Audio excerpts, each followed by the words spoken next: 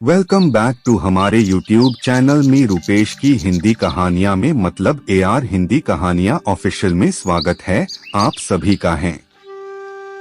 नए हो तो मेरे यूट्यूब चैनल को सब्सक्राइब जरूर करें। वीडियो को देखते हो लेकिन चैनल को सब्सक्राइब नहीं करते प्लीज दोस्तों, एक वीडियो बनाने में बहुत मेहनत लगती है।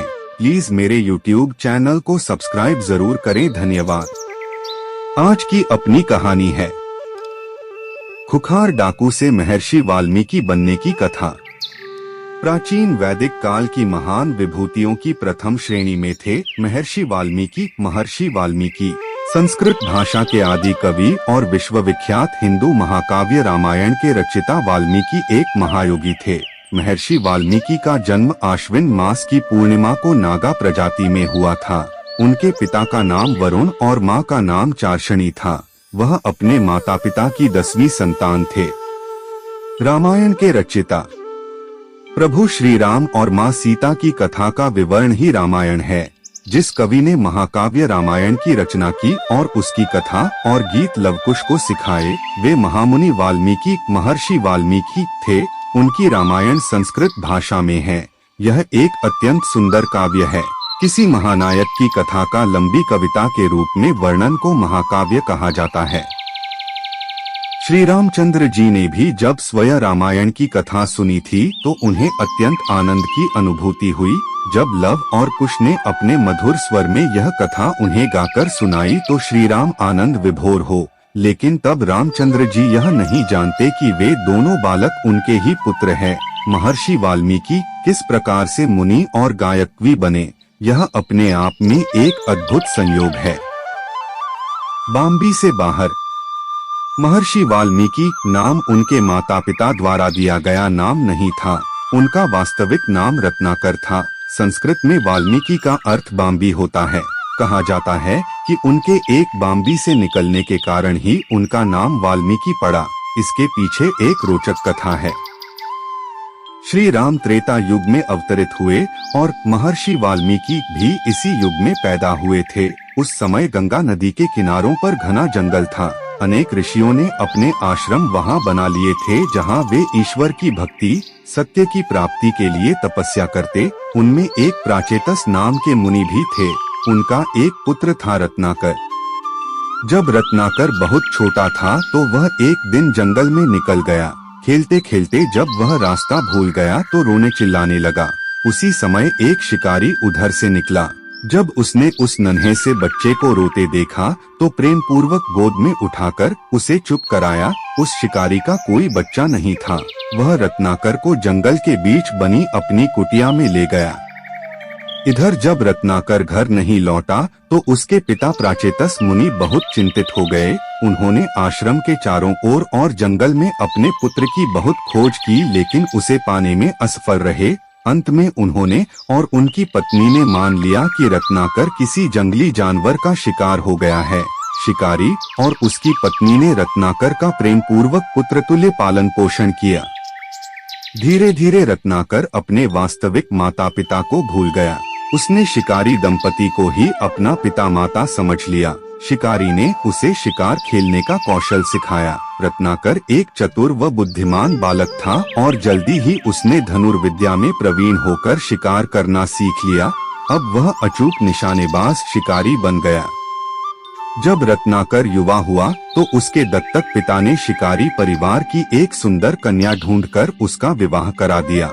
कुछ ही वर्षों में उसकी पत्नी ने कुछ बच्चों को जन्म दिया और इस प्रकार रत्नाकर का परिवार बढ़ने लगा। रत्नाकर के लिए अपने बढ़ते परिवार के लिए राशन, कपड़ा आदि जुटाना बहुत कठिन हो गया था। केवल शिकार द्वारा परिवार का भरण पोषण कर पाना संभव था। इस अभावग्रस्त स्थिति कारण वह सदा चिंतित रहने लगा। रत्नाकर से महर्षि वाल्मीकि। एक दिन रत्नाकर सड़क के किनारे अत्यंत चिंताग्रस्त मुद्रा में बैठा था। उसी समय नारद मुनि उधर से निकले। उनके हाथ में एक सुंदर वीणा थी। वीणा बजाते हुए वे ईश्वर की प्रार्थना करते जा रहे थे। नारद जी कोई साधारण पुरुष नहीं थे, वे तो देवर्षि थे। उन्होंने धरती, आकाश और पाताल तीनों लोकों का विचार किया था। अचानक उनकी दृष्टि रत्नाकर पर पड़ी। उसके चेहरे पर व्यथा व चिंता के लक्षण स्पष्ट दिख रहे थे। नारद मुनि ने सहानुभूतिवश रत्नाकर से उसकी व्यथा का कारण पूछा। नारद जी की करुणामयी वाणी सुनकर रत्नाकर को कुछ सांत्वना मिली। उनके मुख मंडल पर एक दिव्य तेज व सौंदर्य था।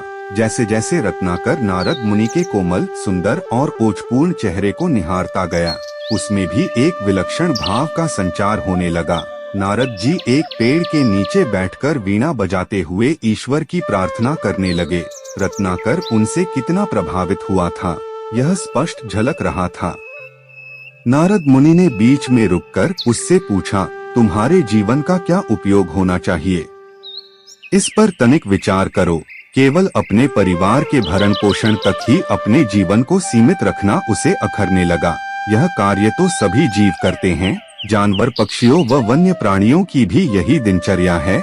यह भाव उसे रह रह कर मानो झकझोर रहा था। मैं क्या कर सकता हूँ महाराज?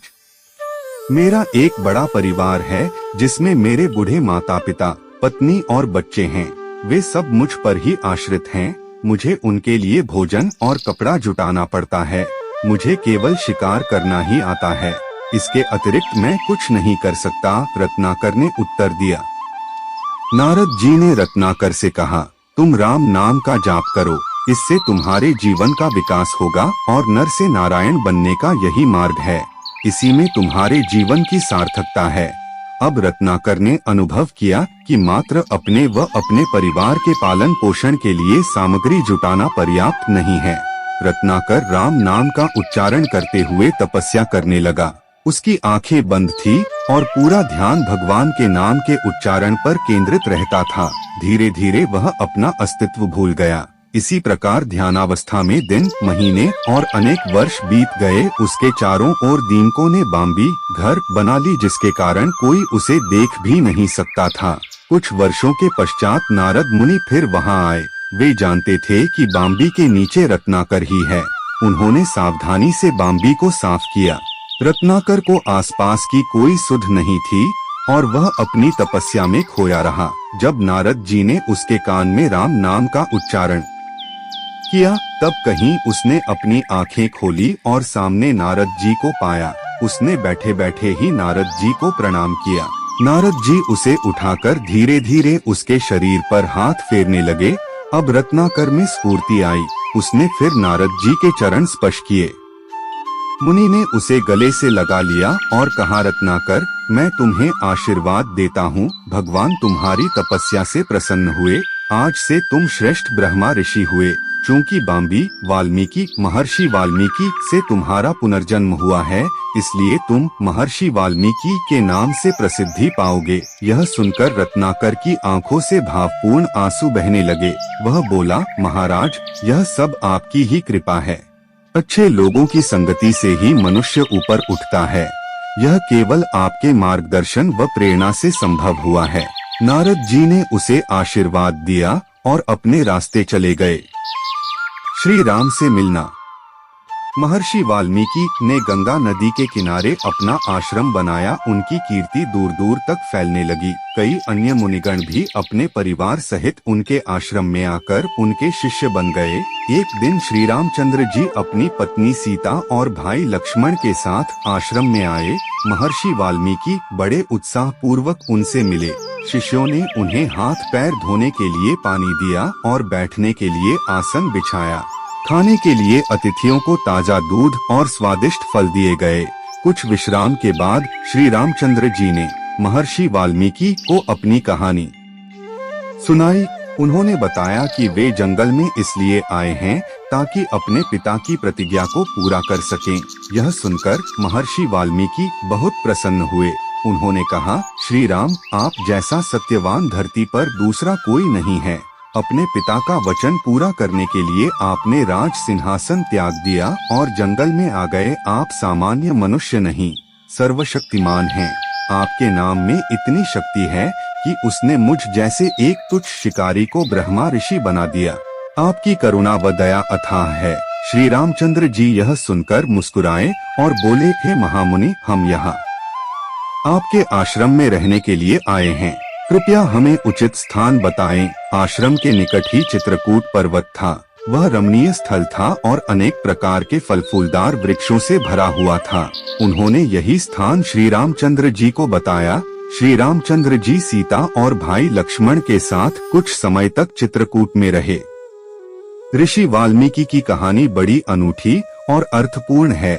नारद मुनि के संपर्क व प्रेरणा से वे सामान्य जन रत्नाकर से एक महान ऋषि, संत व योगी बने और विश्व प्रसिद्ध महाकाव्य रामायण की रचना की। महर्षि वाल्मीकि कृत यह ग्रंथ अनंत काल से प्रत्येक घर में बड़ी श्रद्धा, स्नेह व आस्था पूर्वक सुनाया जाता है।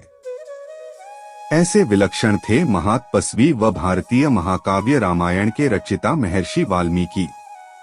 तो आपको यह कहानी कैसी लगी मुझे कमेंट में जरूर बताएं और कौन सी नई कहानी लेकर आऊं आपके लिए कमेंट में जरूर बताएं।